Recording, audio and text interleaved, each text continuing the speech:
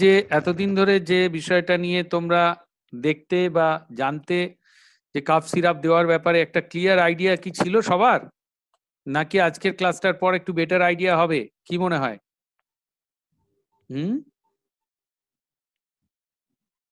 নাকি সবাই জানতে সবগুলোই,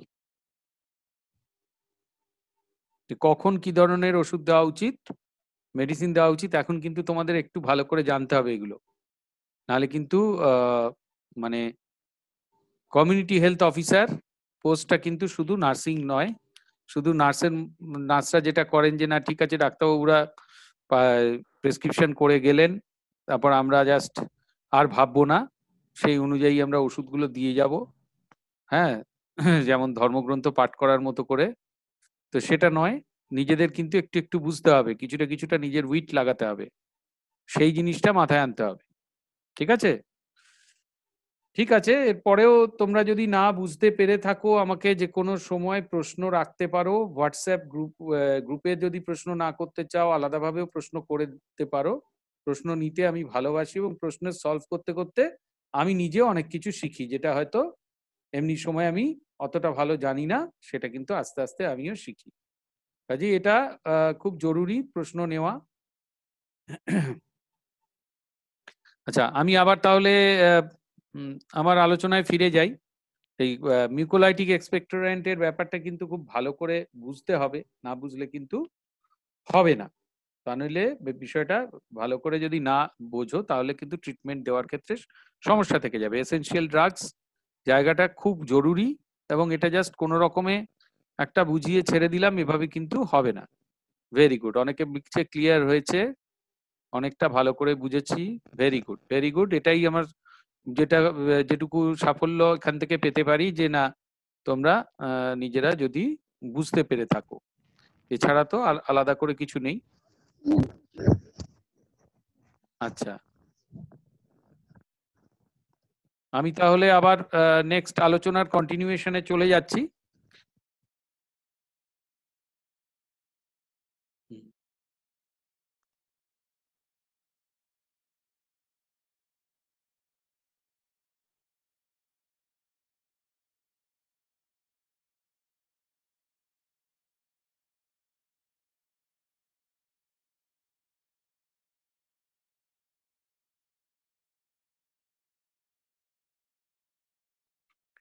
তাহলে আমি যে কটা জিনিস লিখেছিলাম,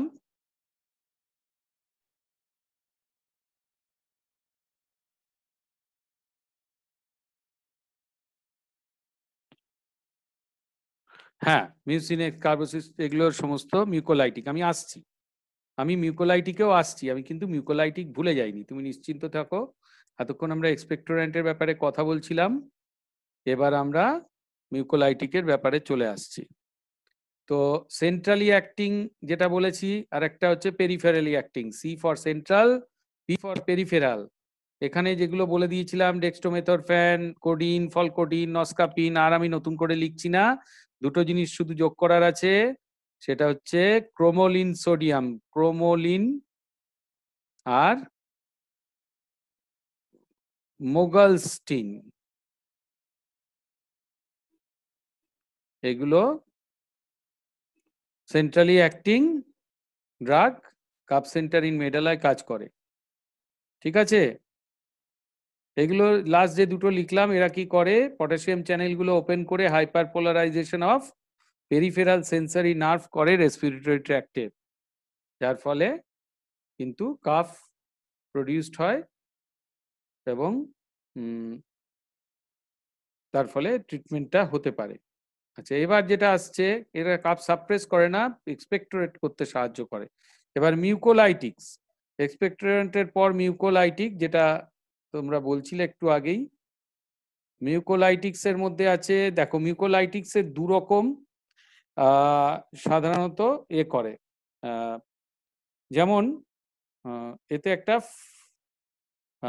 ফ্রি সালফাইড্রিল গ্রুপ থাকে মিউকোলাইটিকের মধ্যে, ছোট্ট করে একটুখানি, বহুদিন আগে কেমিস্ট্রি পড়া হয়েছে, অনেকে পড়েনি, কাজেই জিনিসটা বোঝা মুশকিল। আমি শুধু বলবো এর মধ্যে একটা ফ্রি সালফাইড্রিল গ্রুপ থাকে, সে তার কাজ কি, ডাইসালফাইড বন্ডটাকে, দাঁড়ান 1 মিনিট, অনেকে জয়েন করতে চাইছে।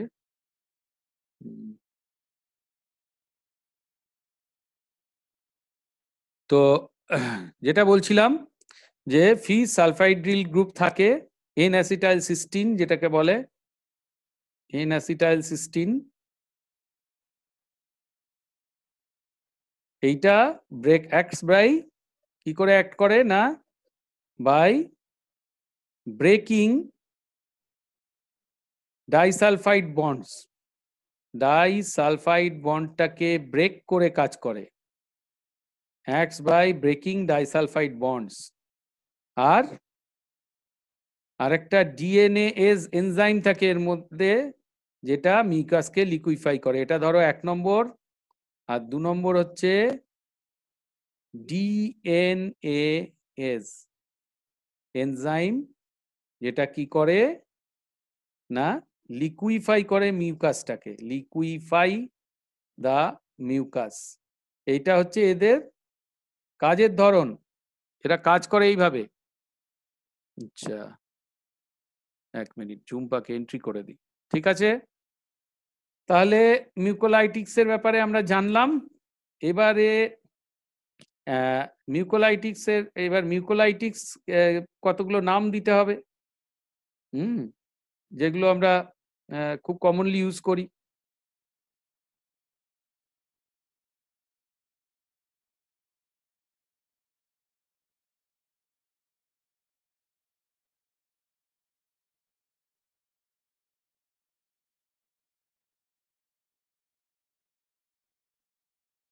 মিউকোলাইটিক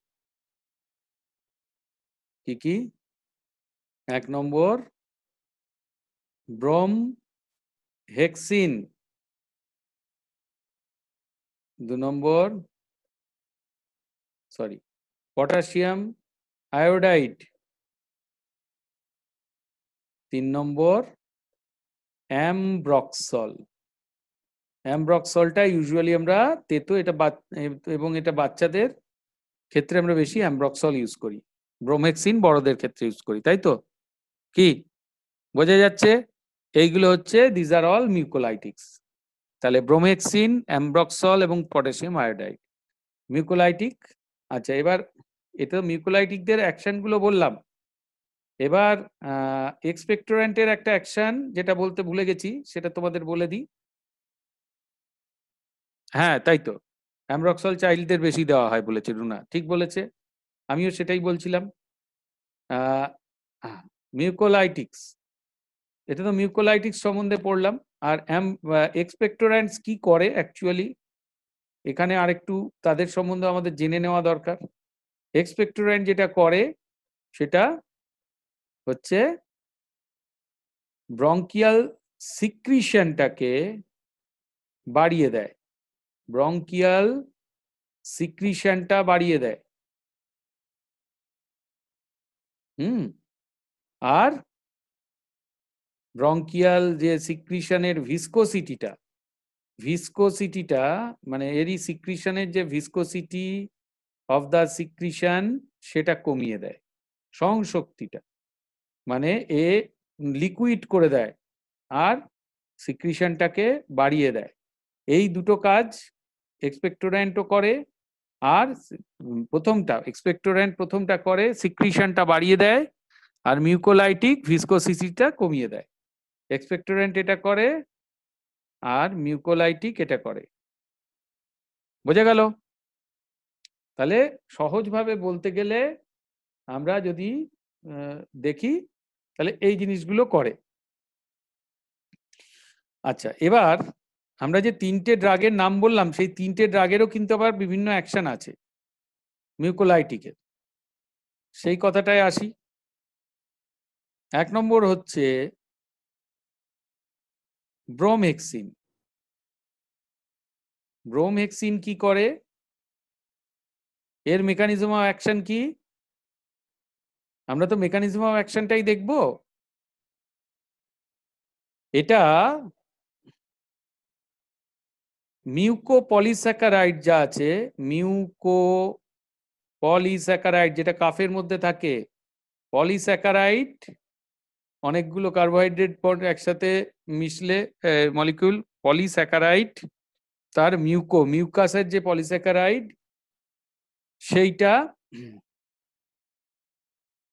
তার ডিপলিমারাইজেশন করে, মিউকোপলিস্যাকারাইডকে ডিপলিমেরাইজ করে, অর্থাৎ সেটা লুজ করে দেয়, বন্ডটাকে ভেঙে দেয়। আর পটাশিয়াম আয়োডাইড কি করে?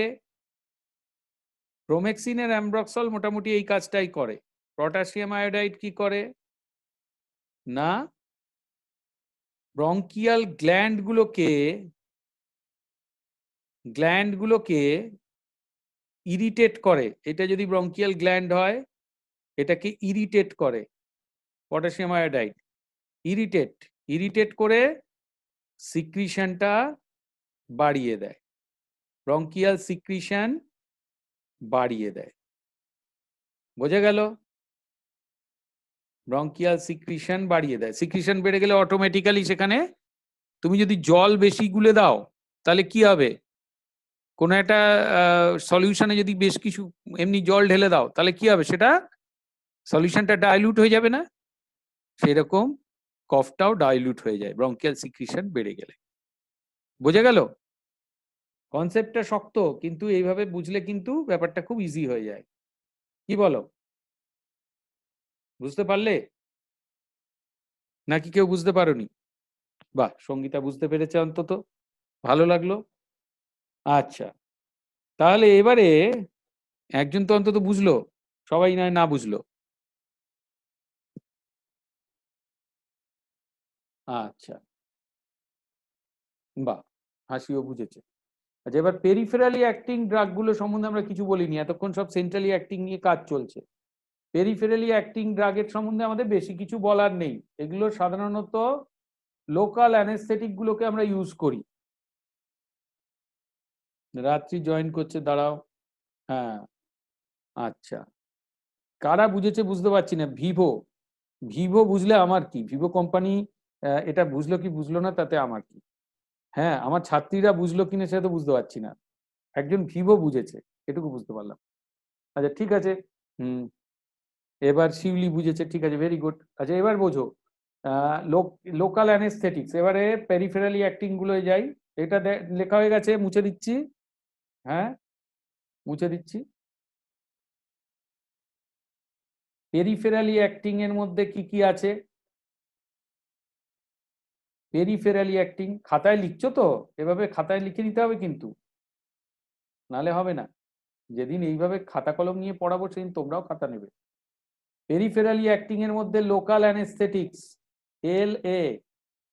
বলবে লোকাল অ্যানেস্থেটিক আবার এখানে কি লাগে স্যার? হ্যাঁ, এখানেও লাগে। হুম, ঠিক আছে, ঠিক আছে, সঙ্গীতা লিখছে, ভেরি গুড। বেনজয়েট, বেনজয়েট একটা লোকাল অ্যানেস্থেটিক। বিউপি ভ্যাকেন, দেখবে অনেক সময় এটা থাকে, বিউপি ভ্যাকেন।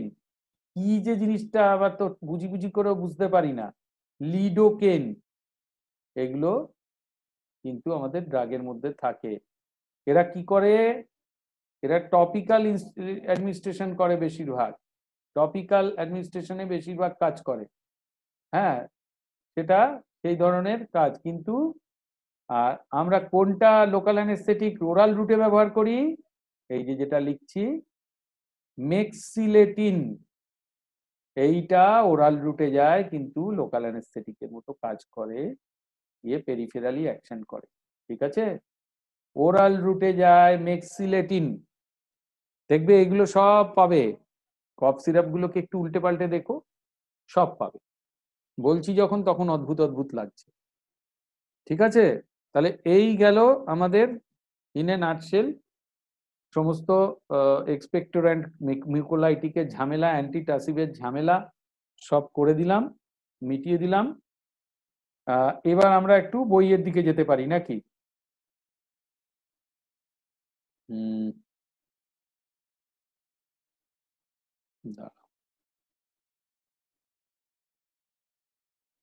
কি সবাই ঘুমিয়ে পড়েছে না জেগে আছে? হ্যাঁ, একজন তো বোধহয় বেড়াতে যাচ্ছে দেখছি, আকাশটা কেবল চলছে, কে সেটা আমি বুঝতে পারছি না। যেতে যেতে কোথাও সাইকেলে করে যাচ্ছে না রিক্সায় করে যাচ্ছে, যেতে যেতে দেখছি আমার এটা, কিছুক্ষণ আগে অবশ্য, এখন না। তো বুঝতে পারা গেছে আজকের ক্লাসটা, এই এক্সপেক্টোরেন্ট মিউকোলাইটিক কিন্তু ভীষণ ইম্পর্ট্যান্ট জিনিস। যেভাবেই যাও, সাইকেলে করে যাও, জাহাজে করে যাও, কিন্তু জিনিসটা বোঝার চেষ্টা করো, এটাই আমার তোমাদের কাছে অনুরোধ। আচ্ছা, এবার আমরা চলে আসি, দেখি তোমাদের কত কি বলানো হয়েছে। Difference between expectorant and mucolytic, কিছুটা বইও তো পড়তে হবে আমাদের নাকি, নাহলে তো পিআইসি ম্যাডাম বলবে স্যার তো সে বাইরে থেকেই পড়িয়ে যান, বইয়ের দেখেন না, তাই না? বইয়ের বাইরের সব জিনিস পড়িয়ে যান নাকি?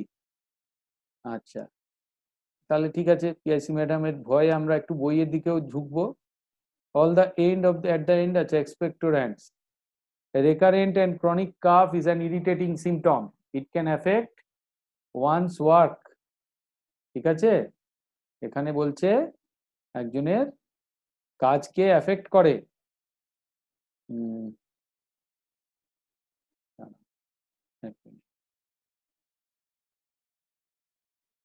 হ্যাঁ, and sleep and it can disturb, ঘুম এসেছে প্রচন্ড, তখন সমানে কেসে যাচ্ছি আমরা, সেটা কি ভালো হবে? একদমই না।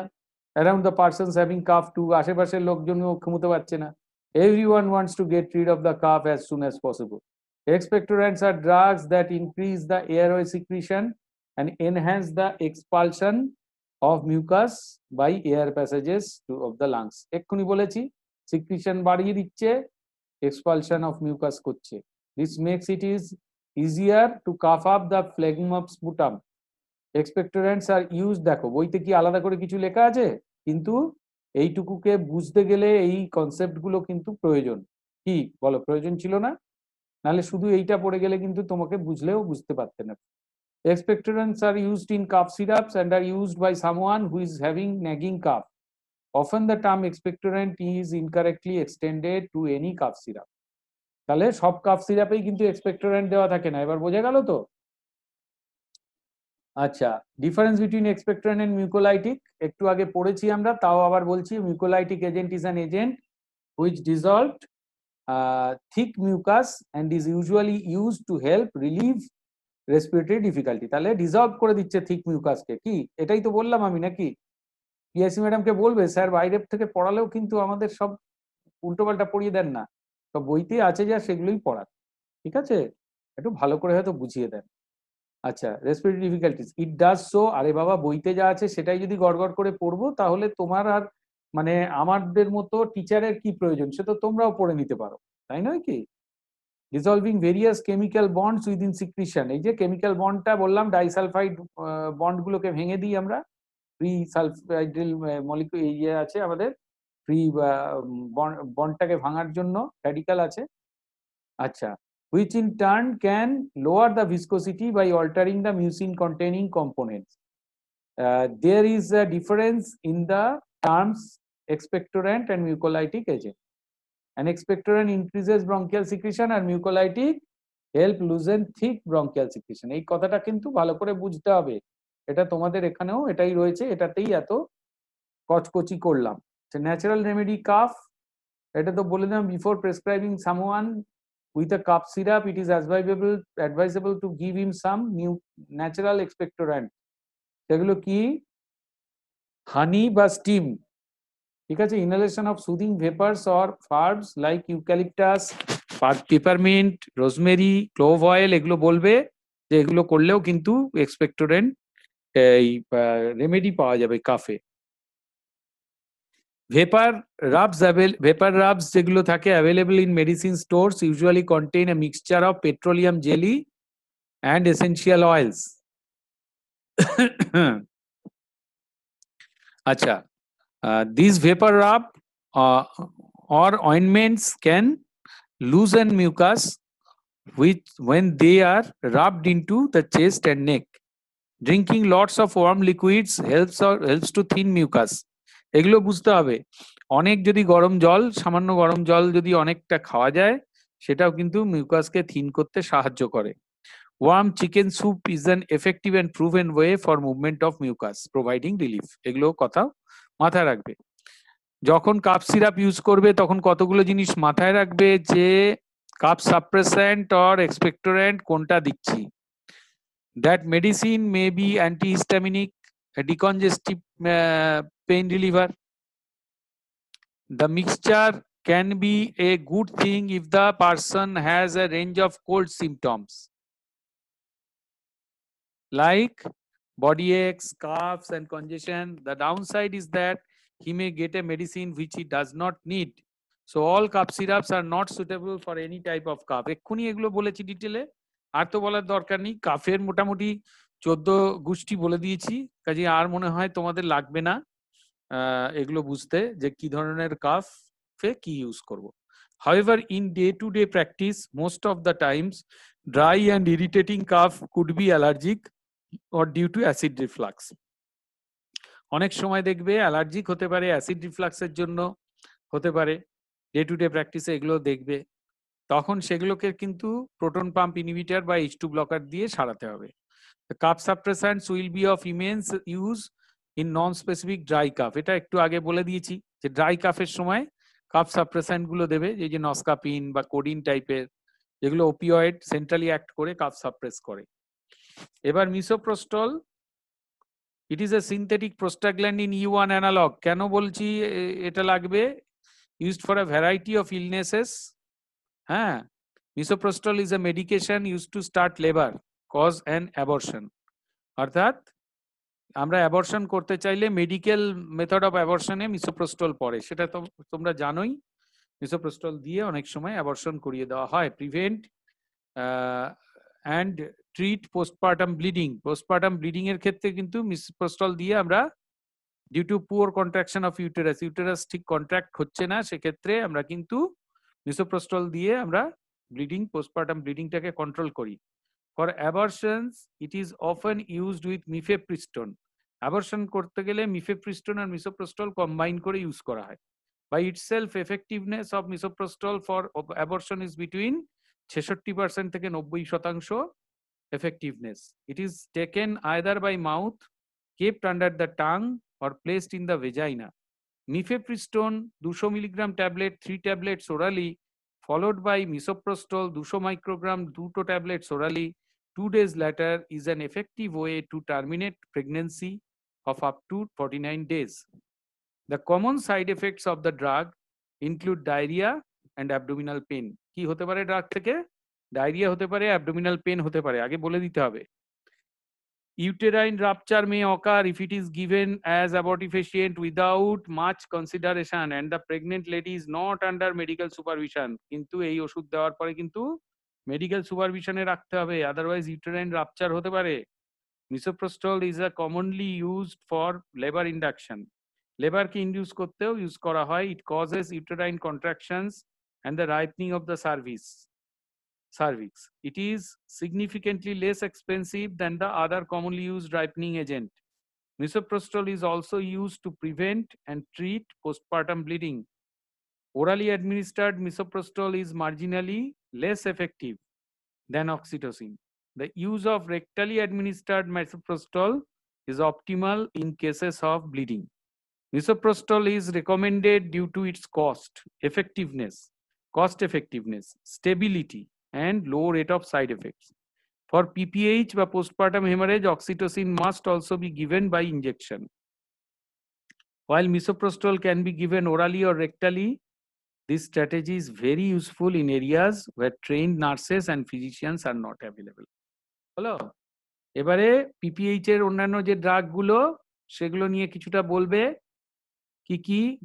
দাঁড়াও, এগুলো তোমরা খুব ভালো জানো। হ্যাঁ, এগুলো নিয়ে তোমরাই বেশি ঘাঁটাঘাঁটি করো, আমরা অতটা মাথা ঘামাই না। তোমাদের ঘাড়ে চাপিয়ে নিজেরা নিশ্চিন্তে থাকি অনেক সময়তেই, যদি না বড় বিপদ হয়ে যায় তখন দৌড়ে টৌড়ে আসি। তো drugs for PPH, postpartum hemorrhage is commonly defined as a blood loss of 500 milliliter or more within 24 hours after childbirth. কখন PPH বলবো? যখন 500 মিলিলিটার বা তার বেশি ব্লাড বেরিয়ে গেছে চাইল্ড বার্থের 24 ঘন্টার মধ্যে। একদম পরিষ্কার কথা, এটা মাথায় রাখবে। আফটার চাইল্ড বার্থ, তাহলে হলো এই জিনিসটা বোঝা গেল তো? হুম,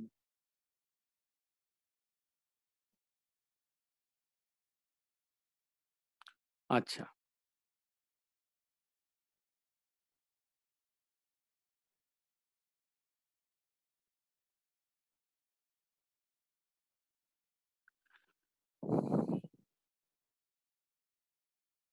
আ PPH is the leading cause of maternal mortality in low-income countries, including India, and the primary cause of nearly 1/4 of all maternal deaths globally. আমরা হাড়ে হাড়ে আমি টের পাই, কারণ ম্যাটার্নাল ডেথ রিভিউ করি আমাদের এই ডিস্ট্রিক্টে, এবং পিপিএইচ কে আমি মোটামুটি মনে করি এটা হচ্ছে মেইন কজ। বাচ্চা আউট হয়ে গেছে, সিস্টার দিদিমণিরা এবং ডাক্তারবাবু সবাই রিলিভড, সবাই কারুর আর এদিক ওদিক দেখা যাচ্ছে না কাউকে। তারপর হঠাৎ গা সব ব্লিডিং, এবং তখন সবাই দৌড়ে টৌড়ে এলো, কিন্তু আর কিছু করা গেল না। এটা বারবারই আমি লক্ষ্য করছি। কোনো কোনো জায়গায় ডাক্তারবাবুকে 4-5 ঘন্টা 6 ঘন্টা পরেও কল বুক দিয়ে পাওয়া গেল না। যখন ডাক্তারবাবু এলেন, গত বছর একটি কেস, নাম বলবো না, ডাক্তারবাবু যখন এলেন তখন তখন পেশেন্ট চলে গেছে শকে, তাকে নিয়ে যেতে হলো ভেন্টিলেশনে, এবং তারপরের দিন তিনি মারা গেলেন। একটি ইয়াং মা, গর্ভ যার বাচ্চা সবে 1 দিন বয়স, সে তার মাকে হারালো শুধু একটু সময় মতো ইন্টারভেনশনের অভাবে। তো এই তো হচ্ছে পরিস্থিতি। পিপিএইচ এরকমই ডেঞ্জারাস একটা জিনিস, এটা বুঝতে হবে। আচ্ছা, প্রথমত oxytocin. Oxytocin has variety of actions. It produces rhythmic uterine contractions, can stimulate the gravid uterus. এ তো বলার কিছু নেই, অক্সিটোসিন নিয়ে তো বরাবরই তোমরা ঘাঁটছো। 1 মিনিট, এদিক ওদিক হয়ে গেল। হ্যাঁ, antidiuretic effect. It is widely used to control postpartum bleeding. It can be used prophylactically in the 3rd stage of labor. দেওয়াই হয় অক্সিটোসিন prophylactically। মিথাইল আর্গোমেট্রিন তো আগে দেওয়া হতো, এখনো আশা করি তোমরা দিচ্ছ। It is an ergot alkaloid. Only the amine ergot alkaloid ergotamine বা ergonovin and its derivative methyl argometrin are used in obstetrics. It acts directly on uterine smooth muscle, causes a sustained tetanic uterotonic effect that reduces uterine bleeding and shortens the 3rd stage of labor.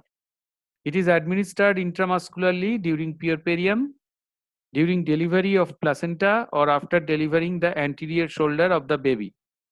Ergometrin is contraindicated in women with a history of hypertension, heart disease, preeclampsia or eclampsia. এগুলো হলে কিন্তু তাদের দেওয়া যাবে না। Symptometrin. It is a combination of 5-IU oxytocin plus 0.5 milligram ergometrin. তো এটা তো আমরা জানি। It controls PPH effectively by combined rapid action of oxytocin and sustained action of ergometrin. এছাড়া carboprost. It has a longer duration of action and produces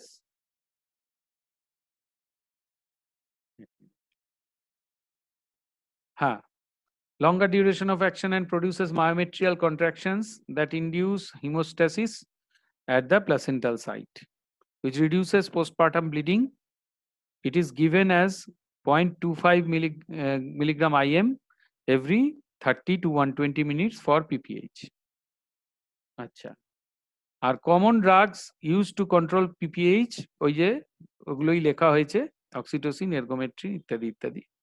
এর মধ্যে দিয়ে চলে গেলাম, হয়ে গেছে। ডিটেলটা একটু পড়ে নেবে। Managing PPH, uterine massage is recommended for the treatment of PPH as soon as it is diagnosed. Initial fluid resuscitation with isotonic crystalloids are recommended. Himaxel by ittadi. The use of tranexamic acid is advised in cases of refractory atonic bleeding or persistent trauma related bleeding. R bimanual uterine compression করা হয়, external aortic compression করা হয়, and the use of non-pneumonic anti-shock garments are recommended as temporary measures until substantial care is available. If bleeding persists despite treatment with uterotonic drug and other conservative interventions, intervention radiology or surgical intervention should be used without further delay. The use of uterotonics for the prevention of PPH during the third stage of labor is recommended for all births.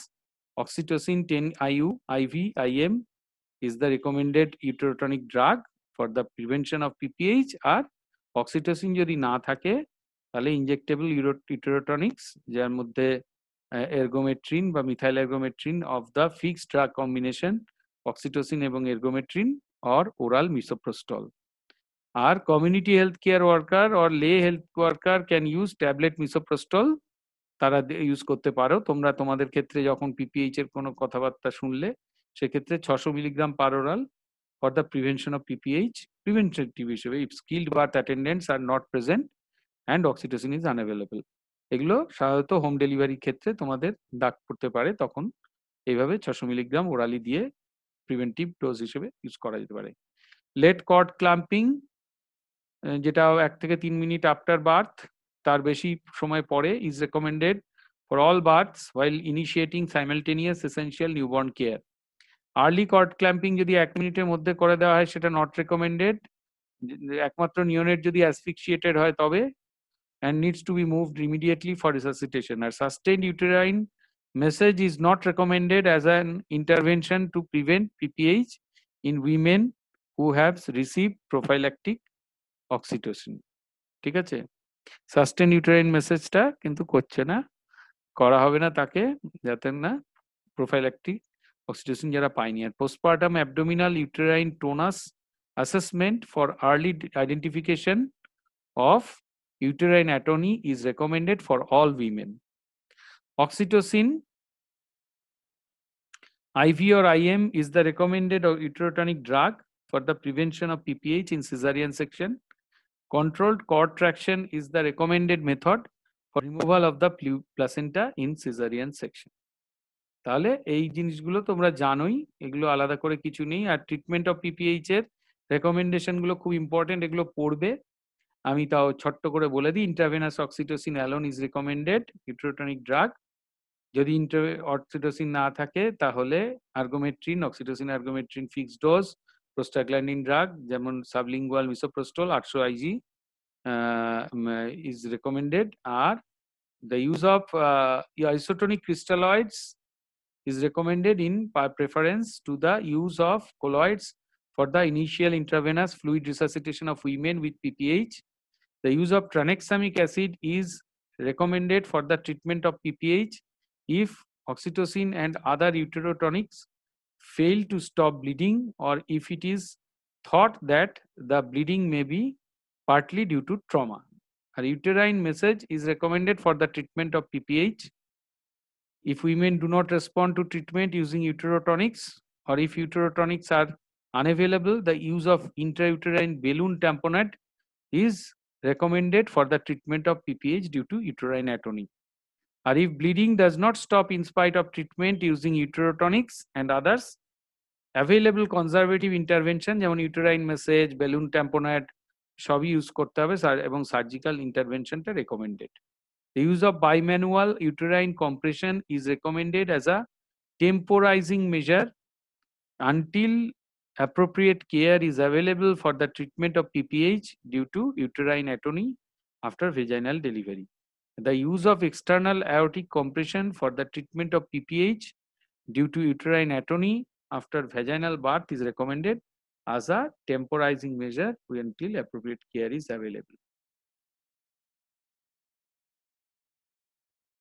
অ্যান্টিশক গার্মেন্টের কথা বলেছি, uterine packing কথা মাথায় রাখবে।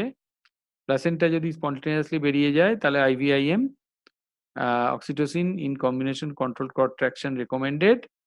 Argometrin for the management of retained placenta is not recommended, as this may cause tetanic uterine contractions which may delay the expulsion of the placenta. আর হচ্ছে the use of PGF2 alpha but dinoprostone for the management of retained placenta is not recommended, and a single dose of antibiotics is recommended, first generation cephalosporin দিয়ে, if manual removal of placenta is practiced. এখানে ছবিটা আছে, ছবিটা খুব সুন্দর একটা ছবি। কি কি করলে ওই ফ্লো চার্ট, প্লাসেন্টা ডেলিভারির সময় প্লাসেন্টা ডেলিভার্ড হলে কি করবে, না হলে কি করবে, হ্যাঁ সেসব জিনিসগুলো দেখানো। ইউটেরাস কন্ট্রাক্টেড, ওয়েল কন্ট্রাক্টেড থাকলে কি করবে, ফ্ল্যাবি থাকলে কি করবে, এগুলো একটু দেখে নেবে। এই ফ্লোচার্টটা খুব জরুরি। এই হলো মোটামুটি। এবার আমরা আসছি নেক্সট ফেজ, প্রায় এসে গেছে, কেটে গেলে আবার জয়েন করে যাবে সবাই। সময়টা যথেষ্ট আর হাতে নেই, মাত্র 2-1 মিনিট বাকি আছে বোধহয় এই ফেজে। নেক্সট সেশনটায় জয়েন করে যাও, তারপরে ওরাল কন্ট্রাসেপটিভস নিয়েও একটা ডিটেল আলোচনা আজকে করব, কারণ ওরাল কন্ট্রাসেপটিভটাও আমাদের ভালো করে বোঝা এবং কনসেপ্ট ক্লিয়ার করা দরকার। যদিও তোমরা ভালোই জানো, ট্যাবলেট লিভোনর্জেস্ট্রেল প্লাস ইথিনাইল, লিভোনর্জেস্ট্রেল জানো প্রজেস্টেরন, আর ইথিনাইল এস্ট্রাডাল একটা ইস্ট্রোজেন ডেরিভেটিভ। তাহলে ইস্ট্রোজেন প্রজেস্টেরন ডেরিভেটিভটা আমরা ইউজ করি সাধারণত। তার সঙ্গে ফেরাস ফিউমারেট থাকে, যাতে আয়রন ডেফিসিয়েন্সি না হয়। আর এছাড়া 3 নম্বরে নরএথিস্টেরন আর ইথেনাইল এস্ট্রাডাল ওই একই ইস্ট্রোজেন এবং প্রজেস্টেরন কম্বিনেশন। এটা প্রথমটাতে লো ইস্ট্রোজেন প্রজেস্টেরন থাকে, পরেরটাতে একটু 3 নম্বরটাতে প্রজেস্টেরনের মাত্রাটা একটু বেশি থাকে। আর অ্যাডাল্টস এর ক্ষেত্রে contraception 1 tab daily for 21 days, subsequent courses repeated after 7 day। আর পিল ফ্রি ইন্টারভ্যাল সাধারণত রাখে না এখন, বাকি 7টায় আয়রন বড়ি দিয়ে দেওয়া হয়। Each tablet should be taken at approximately the same time each day. If delayed by longer than 24 hours, contraceptive protection may be lost. It is important to bear in mind that the critical time for loss of protection is when a pill is omitted at the beginning or end of a cycle. তাতে মানে সবচেয়ে বেশি chance. Adverse effects, these are frequent, especially in the first 1 to 3 cycles, and then disappear gradually. Nausea and vomiting, similar to morning sickness of pregnancy. Headache is generally mild, এই যদি হয়ও headache একটু mild headache হতে পারে। Migraine may be precipitated or worsened, breakthrough bleeding or spotting হতে পারে, especially with progestin only preparations. Amenorrhea may occur in few, or the cycles may get disrupted. কাজেই জানা থাকলে আমার পক্ষে বারবার রিপিটেশনে যাব না। তাহলে আবার চলে যাই।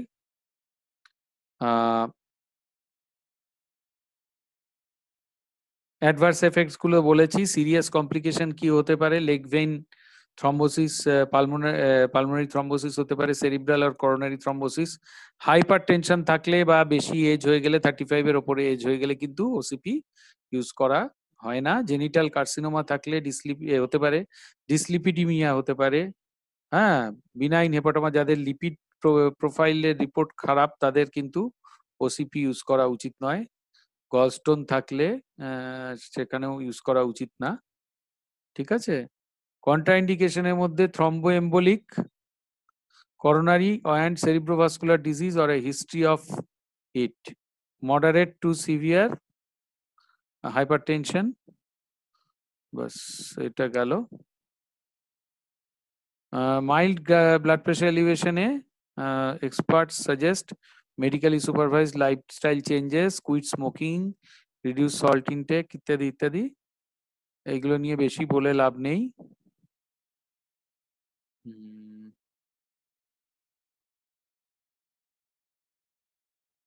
আমি কোন জায়গাটায় চলে গেছি, অন্যদিকে চলে গেছি, দাঁড়াও একটু।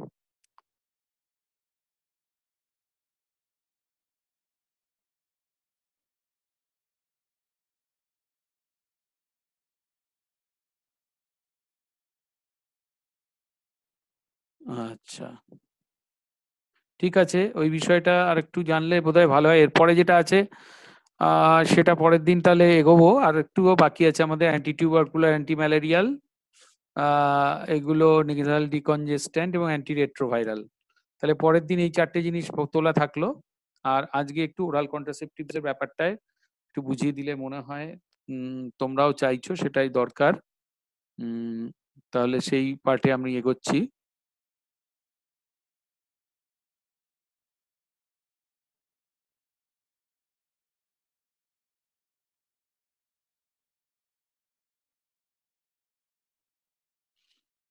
আচ্ছা,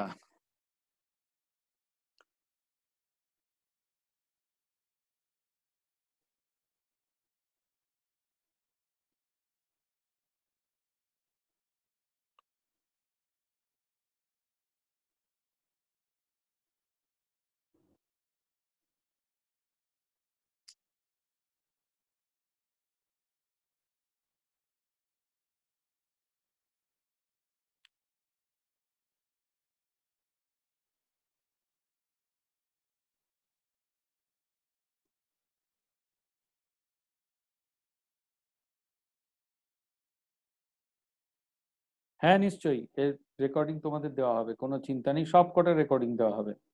একদম নিশ্চিন্ত থাকো, এখানে রেকর্ডিং এ কোনো সমস্যা নেই। এবং পুরনো যা যা পড়ানো হয়েছে সমস্ত রেকর্ডিংই আমি তোমাদের জন্য রেখে দিয়েছি। আগামী একদিনের মধ্যেই আমি এগুলো সব আপলোড করতে থাকবো। আচ্ছা, প্রথমে আমি যে ছবিটা আঁকছি একটু কেয়ারফুলি দেখো।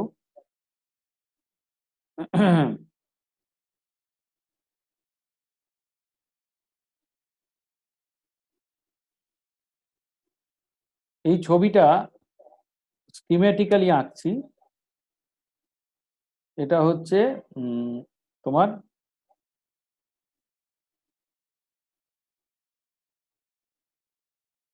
পিটুইটারি গ্ল্যান্ডের ছবি। This is posterior pituitary and this is anterior pituitary. anterior pituitary, ঠিক আছে? এই দুটো কিন্তু পিটুইটারি গ্ল্যান্ড ব্রেনে থাকে। এবং এখানে ব্রেনে পিটুইটারি হাইপোথ্যালামাস একটা অ্যাক্সিস তৈরি করে।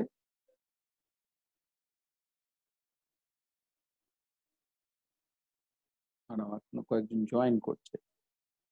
আচ্ছা, তো ছবিটা একটু এঁকে যাচ্ছে।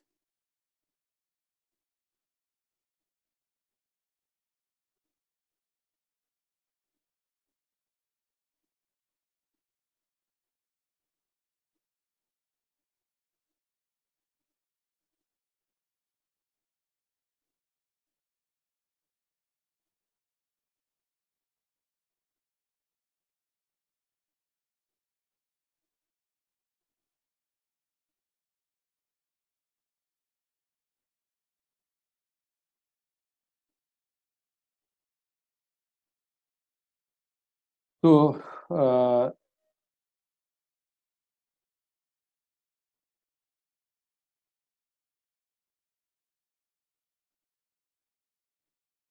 এদিকে হাইপোথ্যালামাস,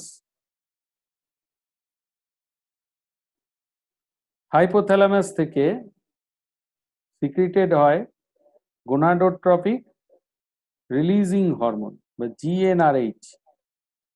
জিএনআরএইচ সিক্রিশনের ফলে অ্যান্টেরিয়র পিটুইটারিতে সেটা যাচ্ছে পোর্টাল ব্লাড দিয়ে, পোর্টাল ব্লাড দিয়ে সেটা অ্যান্টেরিয়র পিটুইটারিতে গিয়ে পৌঁছয়। এবার এই জিএনআরএইচ যাওয়ার পরে কি হয় না, এটা যখন পোর্টাল ব্লাড দিয়ে অ্যান্টেরিয়র পিটুইটারিতে গিয়ে পৌঁছয়, সেখানে কিছু হরমোন খরিত হয়, যার একটা হচ্ছে এফএসএইচ বা follicle stimulating hormone, follicle stimulating hormone. আর এলএইচ বা luteinizing hormone, luteinizing, sorry LD লিখে ফেলছি, লিউটিনাইজিং হরমোন, লিউটিনাইজিং হরমোন। তাহলে এই দুটো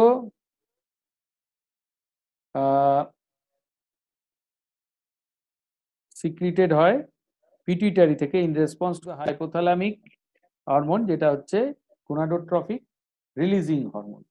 এবারে আমি আরেকটা ছবি এখানে আঁকবো, সেটা হচ্ছে ইউটেরাস এবং ওভারি। স্কিমেটিক, ভালো ছবি আঁকতে পারি না আমি তোমাদের মতো, কিন্তু ওই আর কি বুঝিয়ে দেওয়ার মতো কাজটা চালিয়ে দিতে চেষ্টা করি।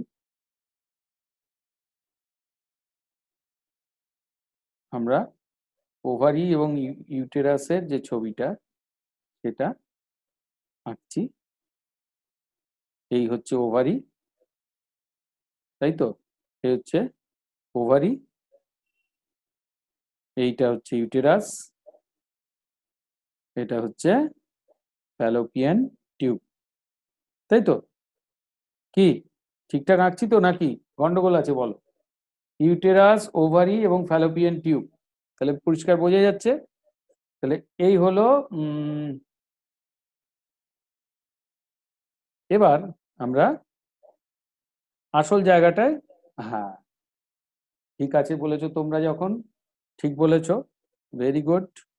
আচ্ছা, এবার আমি, সবাই তো দেখে নিয়েছো, এটা মুছে দিলাম। এইবারে আসছি একদম ছোট্ট করে নিই ছবিটা। এখানে রইল পিটুইটারি, আর ব্রেনের পার্টটা এখান থেকে দেখা যাচ্ছে একটু, আর এদিকে রইল ইউটেরাস এবং ওভারি। তাহলে হাইপোথ্যালামো, পিটুইটারি, ওভারিয়ান অ্যাক্সিস। তাহলে হাইপোথ্যালামো থেকে কি এলো? জিএনআরএইচ, সিক্রিট করালো কি কি? এফএসএইচ এবং এলএইচ। এর এটা সিক্রিশনটা কন্ট্রোল করবে আমাদের ওভারিকে। তাহলে এবার যদি ওভারিটাকে বড় করে আঁকি তাহলে কি আসবে? এখন তো আমি ওভারিটাই দেখবো। এই যদি ওভারি হয় তাহলে ওভারির মধ্যে দেখবে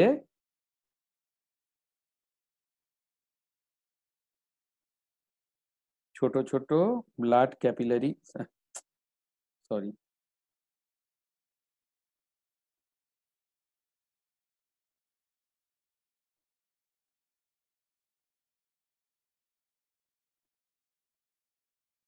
এখানে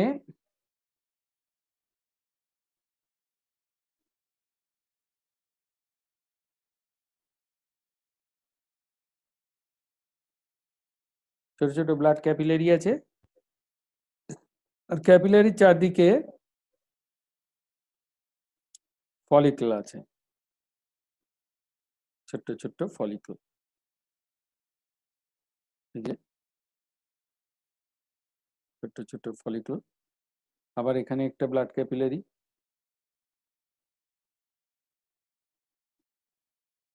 আর এদিকে হলো ছোট্ট ছোট্ট ফলিকল। ঠিক আছে? এবার প্রতিবারে কি হয়? প্রত্যেকটা মেনস্ট্রুয়াল সাইকেলের শুরুতে কি হয়? কয়েকটা ফলিকল ম্যাচিওর করে। কি তোমরা জানো তো? এটা ভালো মতোই জানো, তবু শুনে নাও। কয়েকটা ফলিকুলের মধ্যে হয়তো এখানে একটা, এখানে একটা, এরকম কয়েকটা ফলিকুল ম্যাচিওর করে, এবং তার মধ্যে একটাই ফলিকুলই ওভুলেট করে, তাই তো? একটাই তার মধ্যে ওভুলেট করে, ম্যাচিওর করে কয়েকটা, কিন্তু তার মধ্যে একটাই ওভুলেট করে, তাই তো? তাহলে ওভুলেট না করা অবধি যখন আমরা রয়েছে তখন আমরা কি বলি? এটা হচ্ছে ক্যাপিলারি, আর এইটা হচ্ছে প্রাইমারি ফলিকল। প্রাইমারি ফলিকল, মনে থাকবে? তাহলে এই তো ইয়ে হলো। এবারে আমরা মনে করি একদম মেনস্ট্রুয়াল সাইকেলের শুরুটা, একদম জাস্ট আফটার ফিমেল শেড, যে তার ইয়েটা শেড করলো, মেনস্ট্রুয়েশন কমপ্লিট হলো। এবার প্রত্যেকটা মানে ওই যে কয়েকটা primordial follicle, primordial follicle mature করলো। ম্যাচিওর করলে এবার তার মধ্যে একটা প্রাইমারি ফলিকুল হিসেবে গ্রো করলো, আস্তে আস্তে ম্যাচিওর করতে শুরু করলো, কিন্তু একটা প্রাইমারি ফলিকুল আমি আঁকবো, কারণ it's the beginning of the menstrual cycle. তাহলে একটা প্রাইমারি ফলিকুল যেটা বড় করে মানে ম্যাচিওর করবে। তো এটাকে যদি আমি ভাগ করে এরকম একটা ছবি আঁকি, এরকম একটা ছবি আঁকি, তাতে কি দেখা যাচ্ছে? দুটো জায়গায় ভাগ হচ্ছে। ধরো দুটো অ্যাক্সিস হয়, এদিকে হচ্ছে টাইম, ডেজ, কত ডেজ যাচ্ছে, আর এদিকে হচ্ছে তোমার হরমোন লেভেল, হরমোনের লেভেল। এটা এত জটিল এই জায়গার মধ্যে আঁকলে তোমরা বুঝতে পারবে না, আমি ছোট করে দিচ্ছি, না হলে এটা দেখে বোঝা যাবে না। মুছে দিতে হবে একটু, এই অবধি তো বোঝা গেছে, না মুছলে জায়গা পাবো না আর কি। তো এই বিষয়টা যেটা করতে হবে, আমাকে যদি আঁকতে হয় তাহলে যেটা, বাবা ব্যাটারি পাওয়ার কমে গেছে, দাঁড়াও 1 মিনিট। ভুল করেছি আমি, যে এটা চার্জ না দিয়ে বসে গেছি। 1 মিনিট। আচ্ছা, ঠিক আছে, এবার চার্জ শুরু করেছি। তো এইবার বিষয়টা দেখে নাও, যে এইবার এইখানে যদি আমি একটা এরকম স্কিম্যাটিক্যালি আঁকি,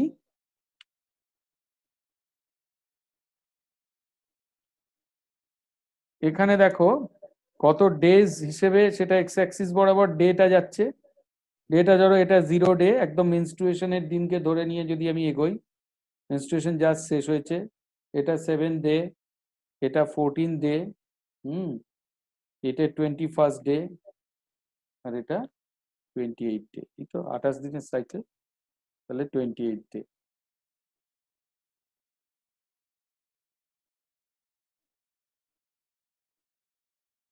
এই অবধি বোঝা গেল? ডে হিসেবে ধরলে বিষয়টা দাঁড়াচ্ছে এই, আর এদিকে রইল হরমোনাল লেভেল, এদিকে ডে, এদিকে হরমোন লেভেল। দেখবে এটা কিন্তু অনেকেরই সমস্যা থেকে যায়, অনেক দিন ধরে পড়ার পরেও ক্লিয়ার হতে চায় না। ওই জন্য আজকে একটা সুযোগ, এটা একটু তোমরা ক্লিয়ার করে নাও, একটু মন দিয়ে শুনে নাও। হ্যাঁ, আচ্ছা, ফেজ 1টার পার্টটা হচ্ছে ফলিকুলার ফেজ, আর ফেজ 2 পার্টটাকে আমরা বলি লিউটিয়াল ফেজ। 1 থেকে 14 দিন সাধারণত ফলিকুলার ফেজ, আর ওভুলেশন হয়ে যাওয়ার পর থেকে 14 থেকে 28 দিন হচ্ছে লিউটিয়াল ফেজ, তাই তো? ফেজ 2 হচ্ছে লিউটিয়াল ফেজ। তো এবার আমরা যদি একটু হিসেব করে দেখি কি হয়, কি হতে যাচ্ছে। 1 নম্বর হচ্ছে, যে হরমোনগুলোকে নিয়ে আমরা কাজ করছি, সেই হরমোনকে নিয়ে যদি আমরা দেখি, তাহলে প্রথমে হয় কি, গোনাডোট্রপিক রিলিজিং হরমোন যেটা জিএনআরএইচ, যেটা হাইপোথ্যালামাসে আছে, সেটা প্রথম দিকে এরকম হু হু করে বাড়তে থাকে, এবং ফলিকল স্টিমুলেটিং হরমোনটাও বেশ বেশি লেভেলেই থাকে, তারপর আস্তে আস্তে কমতে থাকে। ফলিকল স্টিমুলেটিং হরমোনটা আস্তে আস্তে কমতে থাকে, যত ইস্ট্রোজেন লেভেল বেড়ে যায় আস্তে আস্তে নেগেটিভ ফিডব্যাক গিয়ে কমতে থাকে। আর লিউটিনাইজিং হরমোন মোটামুটি একই লেভেলে থেকে যায়। এই হচ্ছে তিনটে, ভালো করে বোঝার চেষ্টা কর। এই হচ্ছে তিনটে। এটা first phase of menstrual cycle. Follicle stimulating হরমোনটা আস্তে আস্তে ওভারিতে ঢোকে, এবং এরা এসেনশিয়ালি সাউন্ড কম আসছে। আচ্ছা, আমি আসলে আঁকার দিকে কনসেন্ট্রেট করছি বলে সাউন্ডের ইয়েটা বোধহয় একটু মুখ থেকে সরে যাচ্ছে। তারা 1 মিনিট ধরে নিয়ে করি। তো বিষয়টা যেটা হচ্ছে যে, এই ফলিকলগুলো যত ম্যাচিওর করছে, তখন এরা কিন্তু আস্তে আস্তে, এবার এখানে যদি তুমি ফলিকলটাকে আমি আঁকি, এইখানে যদি আমি ফলিকলটা একটু একটু করে বোঝাই, যে এইখানে যদি জায়গাটা একটু কম, এইখানে ধরো ক্যাপিলারি, এখানে ছিল সেই ফলিকল, এইটা দেখবে আস্তে আস্তে একটা ফলিকল ম্যাচিওর হচ্ছে, সেটা ক্রমশ আরো বড় হলো, ফার্স্ট মিওটিক ডিভিশন হয়ে গেল, গিয়ে সেকেন্ডারি ফলিকল তৈরি হয়ে গেল। এই যে এটা ছিল প্রাইমারি ফলিকল, আর এইখান থেকে হলো গিয়ে এটা সেকেন্ডারি ফলিকল। ঠিক আছে? এবার সেকেন্ডারি ফলিকল যখন হলো, ম্যাচিওর করলো, সেটা আর একটা হরমোন সেখান থেকে বেরোতে শুরু করলো। কি বেরোতে শুরু করলো? ইস্ট্রোজেন। কি, তাই তো? আর ইস্ট্রোজেন যত বেরোতে শুরু করলো, এইগুলো থেকে ইস্ট্রোজেন বেরোতে শুরু করলো, যত ইস্ট্রোজেন ইস্ট্রোজেন ইস্ট্রোজেন লেভেল বাড়তে শুরু করলো, ফলিকল যত ম্যাচিওর করে গেল, ফলিকলের থেকে ইস্ট্রোজেন বেরোতে শুরু করলো। এবার ইস্ট্রোজেন যেই বেরোতে শুরু করলো, তখন কি হলো না, প্রথম 10 দিনে একটা নেগেটিভ ফিডব্যাক দিতে শুরু করলো পিটুইটারিতে, পিটুইটারিতে নেগেটিভ ফিডব্যাক দিতে শুরু করলো। হ্যাঁ, তার ফলে লিউটিনাইজিং হরমোনটা কিন্তু আস্তে আস্তে কমতে শুরু করলো আরো। ইস্ট্রোজেন যত বেরোচ্ছে, সে প্রথম 10 দিনে নেগেটিভ ফিডব্যাক দিচ্ছে, ফলে লিউটিনাইজিং হরমোনটা গ্র্যাজুয়ালি কমে আসছে, লিউটিনাইজিং হরমোনটা কমে আসছে। বোঝা গেল? এখানে লিউটিনাইজিং হরমোন এটা নেগেটিভ ফিডব্যাক দিচ্ছে ইস্ট্রোজেনটা। লো কনসেন্ট্রেশনে estrogen inhibits luteinizing hormone secretion.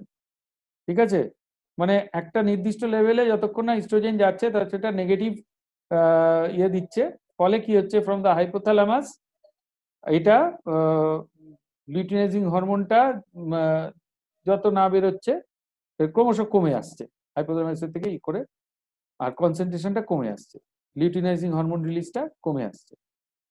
Follicle stimulating হরমোনটার ক্ষেত্রে কি হচ্ছে, সেখানেও প্রথমে in response to low oestrogen, আস্তে আস্তে যখন প্রথমে তো একদমই কম ছিল, তারপর যত ইস্ট্রোজেন লেভেল বাড়ছে ফলিকল স্টিমুলেটিং লেভেল হরমোন লেভেলটা কমছে। ফলিকল স্টিমুলেট কারণ কেন না, এটা ইস্ট্রোজেন লেভেল যত বাড়ছে বোঝাচ্ছে না ঠিক আছে তুমি তোমার কাজ করে দিয়েছো, তুমি ফলিকলকে স্টিমুলেট করে দিয়েছো, কাজেই সেখানে আস্তে আস্তে ইস্ট্রোজেন যত বাড়ছে তত ফলিকল স্টিমুলেটিং হরমোনের লেভেলটা কিন্তু কমে যাচ্ছে। এবার ফলিকল আরো যত ম্যাচিওর করছে, ফলিকুল আরো যত ম্যাচিওর করছে তত কি হচ্ছে, এখানে যদি আরেকটা জায়গায় আমি এই ফলিকুলার লিউটিয়াল ফেজটাকেই আঁকি, সেখানে ওই 0, 7, 14, 21, 28 যদি আবার এখানে ইস্ট্রোজেনের লেভেলটা বোঝায়, ওখানে তো আমার হাইপোথ্যালামাস আর পিটুইটারি অ্যাক্সিস দেখাচ্ছি, এখানে যদি এইচ এর লেভেল, এই হরমোনাল লেভেল এবং ডে দিয়ে দেখাই, এখানে দেখাচ্ছি ইস্ট্রোজেন লেভেলটা কিন্তু ক্রমশ বাড়ছে, ইস্ট্রোজেন লেভেলটা হচ্ছে এইভাবে বাড়ছে, বোঝা গেল? ইস্ট্রোজেন লেভেল ক্রমশ বাড়ছে, ইস্ট্রোজেন লেভেল যত বাড়ছে তত আস্তে আস্তে ফিমেলের ক্ষেত্রে ইস্ট্রোজেন যেহেতু বেসিক্যালি মানে মেলের ক্ষেত্রে যেরকম টেস্টোস্টেরন, ইস্ট্রোজেনের ক্ষেত্রে সেরকম হচ্ছে মহিলাদের ক্ষেত্রে সেরকম হচ্ছে ইস্ট্রোজেন। তাহলে পেরিফেরাল এফেক্টস যেটা, এইটা কিন্তু বোন এবং মাসল গ্রোথটাকে এবং এন্ডোমেট্রিয়াল গ্রোথটাকে স্টিমুলেট করবে। তাহলে ফিমেল সেকেন্ডারি ক্যারেক্টারিস্টিক মেনটেন করতেও কিন্তু এবং ব্রেস্ট মেনটেন করতে, ব্রেস্ট বা এই সমস্ত জায়গায় কিন্তু ইস্ট্রোজেন হেল্প করে। কাজে ইস্ট্রোজেন বোন এবং মেল গ্রোথটাকে, এই মাসল গ্রোথটাকে স্টিমুলেট করে, এন্ডোমেট্রিয়াল গ্রোথটাকে স্টিমুলেট করে, ফিমেল সেকেন্ডারি ক্যারেক্টারিস্টিকটাকে স্টিমুলেট করে, মেনটেন করতে সাহায্য করে। হ্যাঁ, এবং এটাই বলতে পারো ফিমেল যে পার্টটাকে, ফিমেলাইজেশনটাকে মেনটেন করতে সাহায্য করে। তাহলে 10 দিন পর্যন্ত সাধারণত এইভাবে বাড়ছে ইস্ট্রোজেন, ফলে লো কনসেন্ট্রেশন অফ লিউটিনাইজিং হরমোন হচ্ছে, যেহেতু ইস্ট্রোজেনের একটা ইনহিবিটরি এফেক্ট আছে। এবং আমরা দেখছি একটা ফলিকল স্টিমুলেটিং হরমোনের একটা স্টেডি স্টেপ রয়েছে, কারণ এইবার 10 দিনের পরে ইস্ট্রোজেন লেভেলটা বাড়ছে, কারণ ফলিকল ম্যাচিওর করে গেছে, ইস্ট্রোজেন লেভেল কিন্তু কন্টিনিউয়াসলি বেড়ে যাচ্ছে। এটা তখন আবার কি হচ্ছে, একটা সার্টেন লেভেলের ওপরে গেলে পজিটিভ অ্যাকশন দিচ্ছে লিউটিনাইজিং হরমোনকে, এই জায়গায় 10 days অবধি সে কিন্তু নেগেটিভ এফেক্ট ছিল, এবার যখন আরো বাড়ছে, যখন হঠাৎ 10 দিনের পরে যখন আরো বেড়ে যাচ্ছে, এবার কিন্তু এতদিন অবধি নেগেটিভ যাচ্ছিল, এবার হঠাৎ সে পজিটিভ এফেক্ট দিচ্ছে। Low cost concentration oestrogen negative করছিল, হাই কনসেন্ট্রেশন ইস্ট্রোজেন কি করছে, যেহেতু ফলিকুল ম্যাচিউর করে যাচ্ছে, পজিটিভ এফেক্ট দিচ্ছে। পজিটিভ এফেক্ট দেওয়ার ফলে কি হচ্ছে, ইনক্রিজ গোনাডোট্রপিক রিলিজিং হরমোন বাড়ছে এবং ইস্ট্রোজেন স্টিমুলেট করছে লিউটিনাইজিং হরমোন সিক্রিশন। এবার কি হলো, এত কিছু হওয়ার পরে লিউটিনাইজিং হরমোনটা হঠাৎ এই মিডল অফ দা সাইকেলে গিয়ে প্রায় 12, 13 কি 14 দিনের মাথায় একটা সার্জ হলো, বড় জাম্প হলো, বোঝা গেল? হরমোন কনসেন্ট্রেশনটা বেড়ে গেল। দেখো এরকম ভাবে 10 মিনিট আছে, আজকে আশা করছি এই জিনিসটা কমপ্লিট করে দিতে পারবে, এটা খুব ইম্পর্টেন্ট তোমাদের পক্ষে। এখানে একটা সার্জ হলো, এইখানেই কিন্তু ওভুলেশনটাও হলো, ঠিক যেখানে লিউটিনাইজিং হরমোন একটা সার্জ হলো, হঠাৎ বাড়লো, এটা কিন্তু পজিটিভ এফেক্টে, এখানে ইস্ট্রোজেনের পজিটিভ এফেক্ট হলো বললাম, পরে গিয়ে যে এই যে আফটার 10 days গিয়ে ইস্ট্রোজেন এখানে পজিটিভ এফেক্ট দিল, এবার 10 দিনের পরে গিয়ে যে পজিটিভ এফেক্টটা দিল সেটা আলটিমেটলি গিয়ে 14-15 দিনে গিয়ে এফেক্ট করলো, এবং 14-15 দিনে গিয়ে এই সার্জটা হলো, ছপ করে হঠাৎ বেড়ে গেল, এবং সেখানে কিন্তু এফএসএইচেও একটা রাইজ হচ্ছে।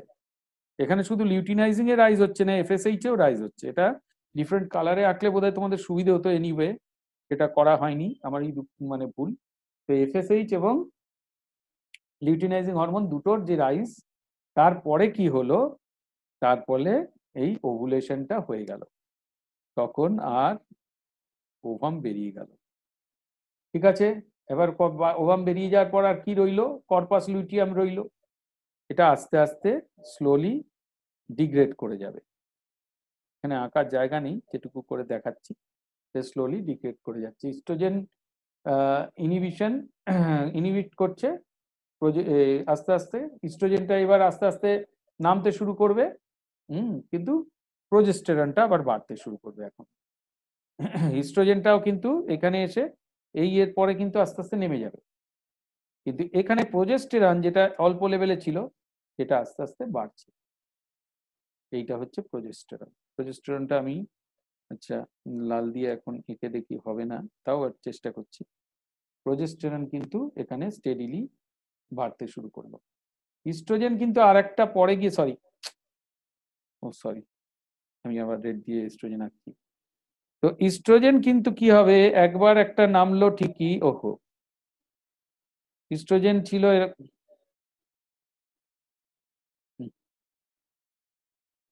চেঞ্জ হচ্ছে না, মুশকিলটা এখানে হয়ে গেছে। হ্যাঁ, তো ইস্ট্রোজেনের প্রোজেস্টেরনের কথা যেটা বলছিলাম সেটাতে আরেকবার আসি।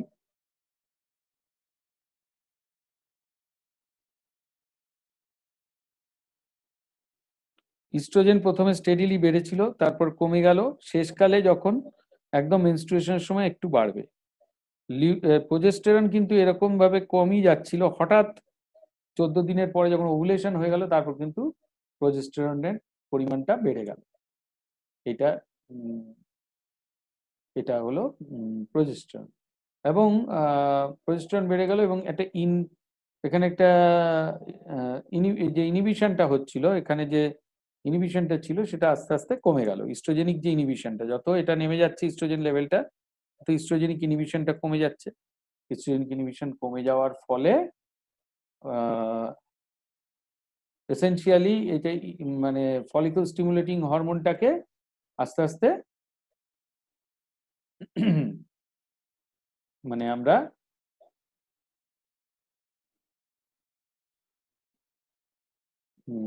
মানে যেটা ঘটলো আর কি, ইস্ট্রোজেন আস্তে আস্তে নেমে এলো, প্রোজেস্টেরন কিন্তু বাড়তে থাকলো। প্রোজেস্টেরন বাড়তে থাকার ফলে কি হচ্ছিল, প্রোজেস্টেরনটা যেহেতু আস্তে আস্তে বেড়ে যাচ্ছে সময়ের সঙ্গে সঙ্গে, তত আস্তে আস্তে এই যে কর্পাস লিউটিয়াম পার্টটা আস্তে আস্তে অ্যাট্রোফিড হতে হতে ছোট হতে হতে ছোট হতে হতে আস্তে আস্তে বেরিয়ে গেল। তাহলে এইটা হচ্ছে আমাদের অ্যাকচুয়ালি দেখতে গেলে অ্যাকচুয়াল দৃশ্য যেটা আমরা ফিল করি। এবার প্রোজেস্টেরন যেটা হচ্ছে লুটিয়াল ফেজে মেনি ফাংশন, অনেকগুলো ফাংশন আছে। হাইপোথ্যালামাসে নেগেটিভ এফেক্ট আছে। এই যে প্রোজেস্টেরন যত বাড়বে তত কিন্তু হাইপোথ্যালামাসের উপর একটা নেগেটিভ এফেক্ট যাচ্ছে। ইস্ট্রোজেন যেমন বাড়ছিল প্রথমে নেগেটিভ, তারপরে পজিটিভ এফেক্ট হলো, কিন্তু হাইপোথ্যালামাসে এই যে প্রোজেস্টেরনের লেভেলটা যত বাড়ছে, ইস্ট্রোজেন লেভেল আস্তে আস্তে কমে আসছে, এবং সেইটা যে গোনাডোট্রফিন রিলিজিং হরমোনটা কিন্তু আস্তে আস্তে এর ফলে কমে গেল। তাহলে বোঝা গেল টোটালি মিলিয়ে একটু ছবিটা যদিও একটু জাম্বলড আপ হয়ে গেছে, কিন্তু আলটিমেটলি জিনিসটা এগিয়ে দাঁড়ালো। তাহলে ইস্ট্রোজেন, প্রোজেস্টেরন এবং যে দুটো ওভারিয়ান হরমোন আর তার সঙ্গে গোনাডোট্রফিন হরমোনের গুলো যে এফেক্টটা, নিজেদের মধ্যে যে এফেক্টটা, তো আস্তে আস্তে পুরো বিষয়টা বোঝা গেল। আর এবারে যেটা ইস্ট্রোজেন পরে গিয়ে যখন আরেকবার বাড়লো, সেটা কি করলো, ফলিকুলটাকে ডিজেনারেট করে, যে ফলিকুলটা অলরেডি ওভুলেশন হয়ে ওভামটা বেরিয়ে গেছে, ডিজেনারেট করে বেরিয়ে যেতে চাই, মানে আস্তে আস্তে ডিজেনারেট করে গেল। এবং ডিজেনারেট করলে যেটা হলো, প্রোজেস্টেরন লেভেলটা আস্তে আস্তে কমে গেল, প্রোজেস্টেরন কমে গিয়ে গোনাডোট্রফিন তখন আস্তে আস্তে বাড়তে শুরু করলো যখন ফলিকুল ডিজেনারেট করে বেরিয়ে গেল। তাহলে আবার এটা বাড়তে শুরু করলো। ইস্ট্রোজেন ওই সময় ওই জন্য একটা সার্জ দেখিয়েছে, এবং তার ফলে আস্তে আস্তে নতুন সাইকেল শুরু করলো। তো এটাই ইন শর্ট বিষয়টা, যদিও বেশ জটিল, আমি কতটা বুঝিয়ে উঠতে পারলাম আমি জানি না, তবে আমার মনে হয় তোমরা নিজেরাও বিষয়টা জানো এবং খুব একটা বুঝতে অসুবিধে তোমাদের হয়নি। তো বিষয়টা ইন শর্ট এইটাই। এক মিনিট, কে জয়েন করতে চাইছে? ঝুম্পা কি আউট হয়ে গেছিল না এখন জয়েন করলো? তো এবার মোটামুটি বিষয়টা বোঝা গেছে।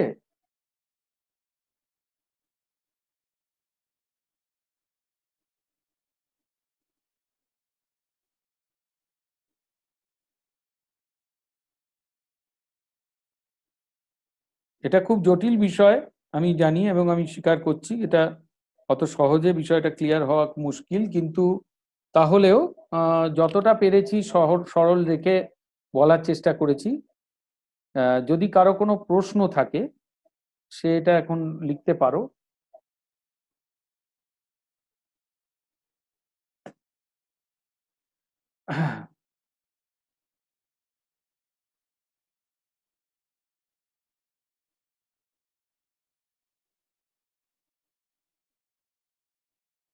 থ্রু আউট দ্য প্রসেস যদি কারোর ক্ষেত্রে কোনো প্রশ্ন থাকে সেটা রাখতে পারো চ্যাট বক্সে, কারণ আর সময় খুব বেশি নেই।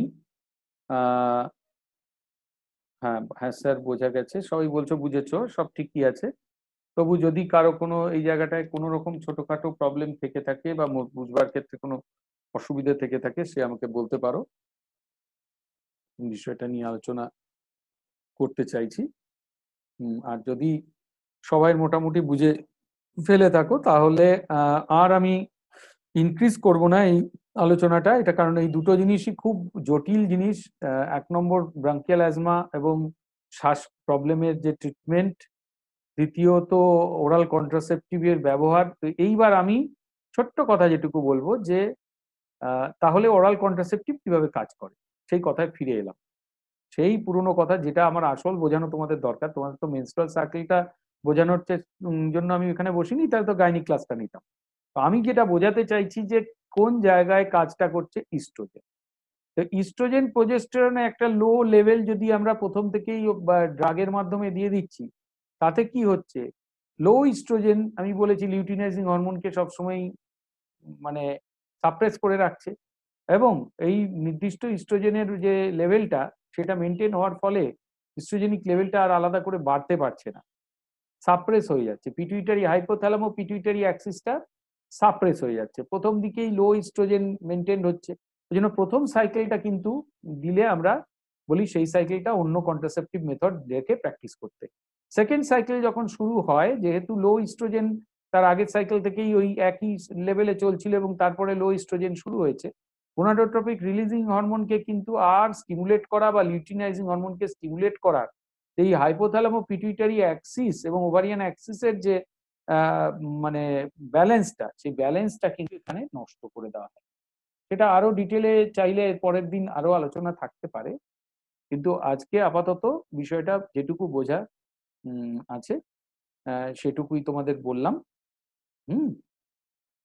তো আজকে এমনিও অনেক বিকেল থেকে সন্ধ্যের দিকে গড়িয়ে গেছে, আজকে আর আমি বাড়াতে চাইছি না, 1 মিনিটও আর বাকি নেই, হয়তো এক্ষুনি অফ হয়ে যাবে।